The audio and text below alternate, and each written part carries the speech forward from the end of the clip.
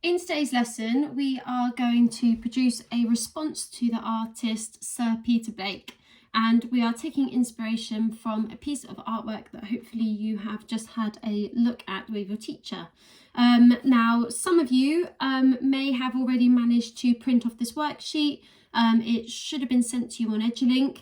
But if not, it's not the end of the world. You can either print it off just when you start if you've got a printer at home, or you can draw this out. The measurements for that you've hopefully just gone through on the PowerPoint slide with your teacher.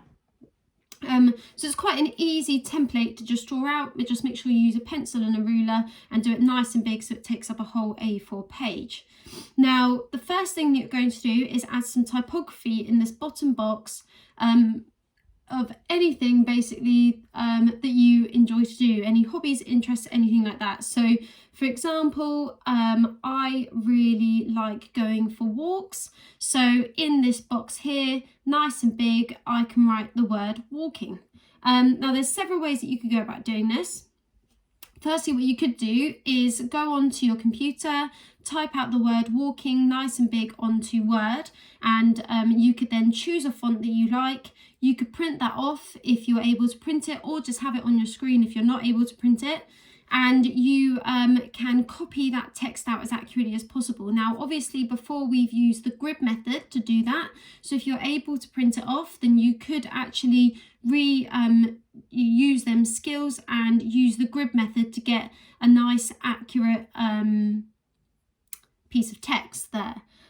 So just remember to measure out your squares really carefully, 4 centimeters by 4 centimeters big, and make sure you do a grid on this and your printout. Unfortunately, my printer has just decided to stop working, so I'm not able to do that. So instead, I'm just going to type on my laptop and have it in front of me, the word walking nice and big, and I'm going to choose a font that I like, okay? And I'm just going to look at that on my screen, and I'm going to try and draw it out as accurately as I can. Good, so silly me, actually forgot to film then, but you can see here that I've done typography. I've made sure that it's placed well in this box so that it's not getting squished towards the end, so my letters are all the correct size and proportions. I've used this space well, it's not like little tiny text in the corner, and I've really tried to get my shape of each letter as accurate as possible in terms of the shape, so that I am getting that particular font correct. The next thing that we're going to do is we are going to include imagery in these 4 boxes, so like 4 different images symbolic of your identity. Now there's several places you could get some ideas for this if you're a bit stuck. You could use your visual mind map that you previously did, because that included imagery symbolic of your likes and interests and hobbies and that sort of thing. So it's all part of your identity. Or you might still have those images that you've collected for reference for your visual mind map. And if you do, you could also use these to refer to help you with some ideas to put inside these boxes here. So you've got that, but as well, you've also got your computer, so you can always Google extra images if you need to, and you might like to print them. That's fine if you do want to while you work, as long as obviously you're able to do that at home, or you can just look at your screen and you can just use it for reference from there. So just like before, I'm going to sketch these out really lightly in pencil, because if I make a mistake, I want to be able to rub them out. I want to plan where things will go in these boxes so that I know that they look good. The images that I draw, I want to do them nice and big so they fill this space. I don't want just a little tiny image in the middle, because that sort of wastes lots of white space. So I think I'm going to put my sunflower here first. So I'm just going to lightly map out the shape, looking at my image as much as possible to get it as accurate as I can, and doing this image really nice and big.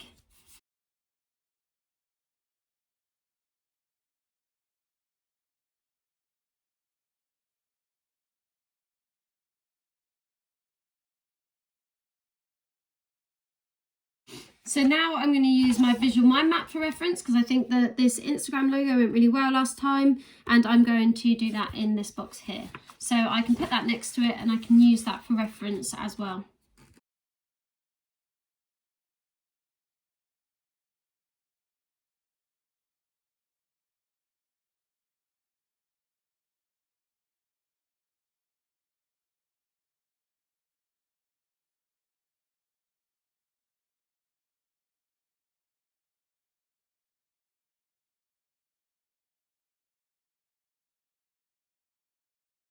I've sketched it out nice and lightly, so you can only just about see it because I don't want thick outlines, and I've just focused on getting the shape as accurate as possible and making sure that my image is nice and big so it fills that space. So even if some of the image maybe gets a little bit cropped, that's absolutely fine.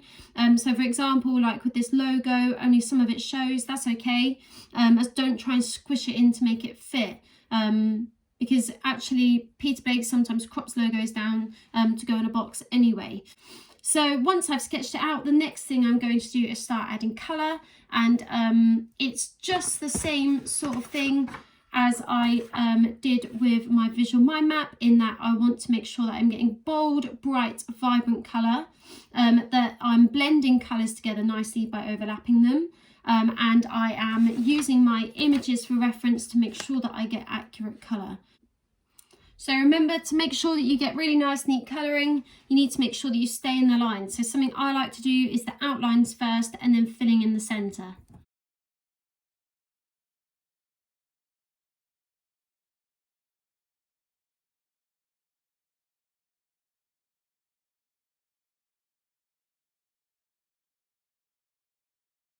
Now remember, another way to make sure that your colouring is really nice and neat is colouring in the same direction, and making sure there's no white gaps in between the lines in your colouring. So I don't want to see anything like this, because that just looks scribbly, okay? You need to make sure that it is nice and even, flat colour, that you're putting pressure down with your hand so it's vibrant, because if I only press lightly, it's only going to come out light. And you're making sure there's no white gaps in between your colouring, and colouring in the same direction to make sure that it's really nice and neat. Then when I'm going around these shapes, I'll do the outline first and then I'll fill in the space around it.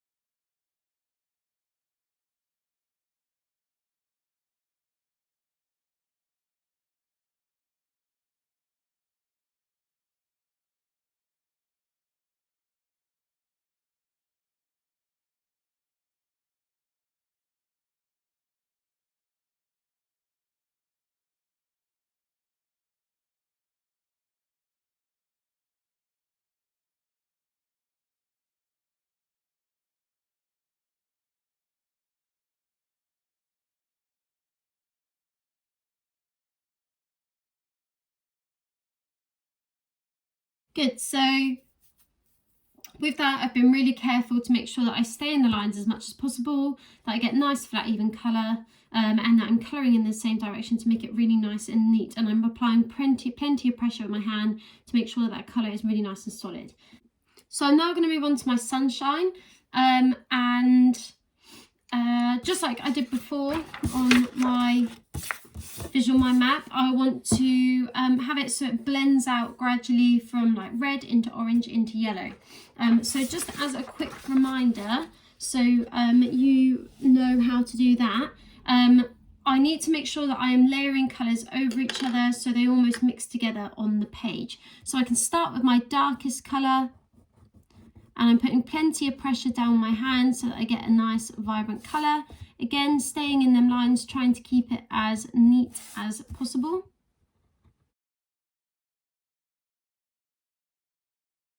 And then I can start to gradually blend that red tone out.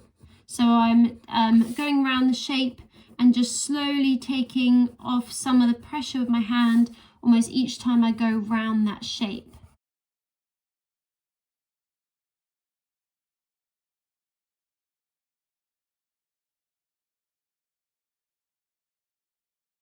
And then I can get my next colour and I can layer that over the top of my lighter parts of red.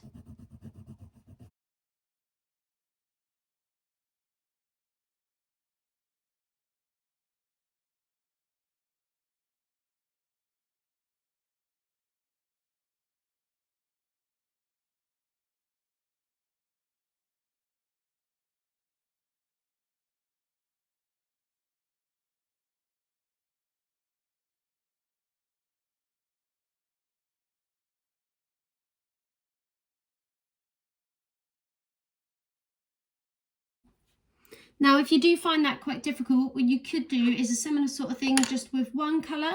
So just start off darker around the edge, and then gradually as you move in towards the middle of the shape, just get a bit lighter. So it's like you go round the shape each time, and each time you just take off a bit of pressure with your hand. So I'm going to show you that quickly now.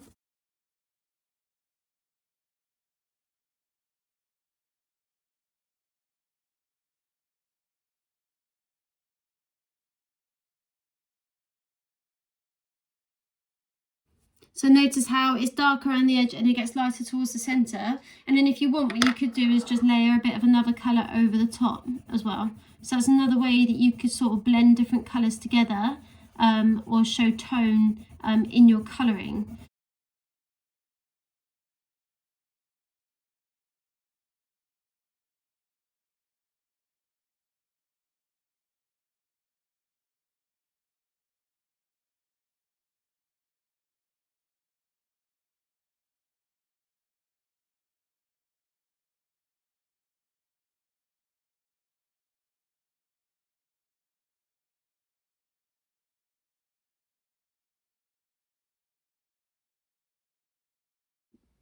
So there's my finished sunshine.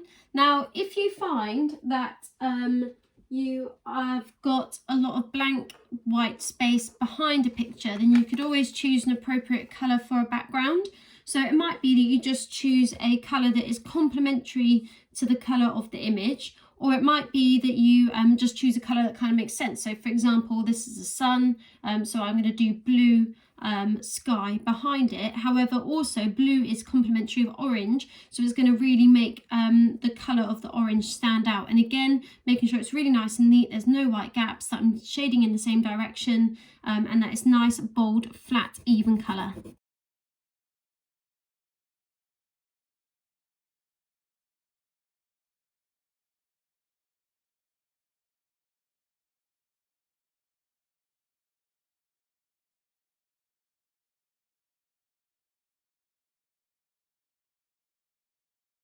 So that now has really made my sunshine like pop and stand out. And again, with like this Netflix logo, what I could do, because there is some white blank space around it, is I could choose the complementary colour to the main colour here. So the main colour is red, and I identified the complementary colour by looking at the colour wheel, and it's the one opposite. So I know on the colour wheel the one opposite red is green, so I could fill this space in here green to make this red really stand out.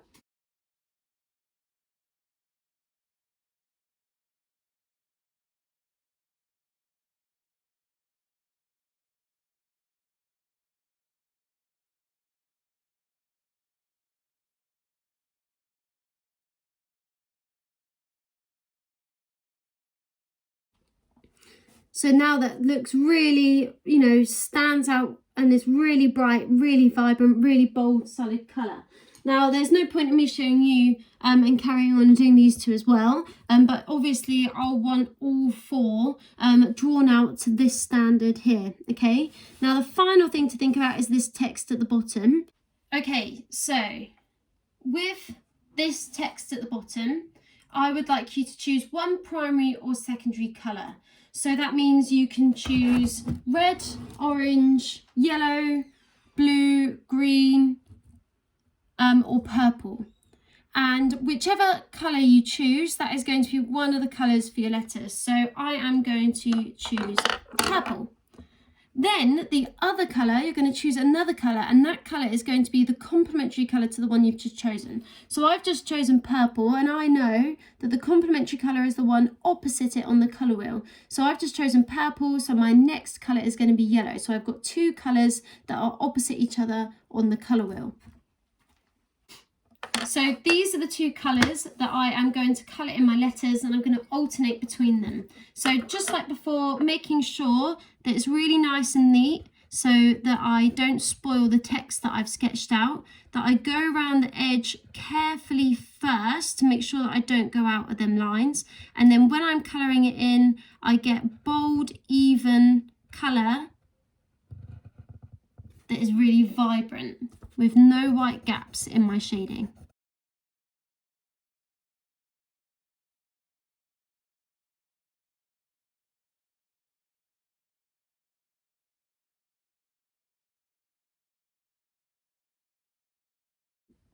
So then you've got something like this, and you might notice if you've chosen like yellow, then because it's a light colour, you'll still be able to see the pencil lines. Now what I should have done is rub them out even lighter, but I wanted them to show up on the screen. So instead what I'm going to do is I'm just going to go round them outlines with a slightly darker colour that's harmonious with yellow. So that's colours that are next to each other on the colour wheel. So I'm just going to go round it, outline it really carefully with an orange just to cover those grey lines and make sure that my letters are really clear and stand out. So that might just tidy it up a bit if you find that you can still see the lines if you've used like a light yellow or something like that. So your finished product, you will have all 4 coloured out really nice and neatly, a bold, vibrant colour, and you'll have coloured in the word at the bottom in your choice of primary colour or secondary colour, and its complementary colour with that, so you can sort of make a little pattern out of the word at the bottom.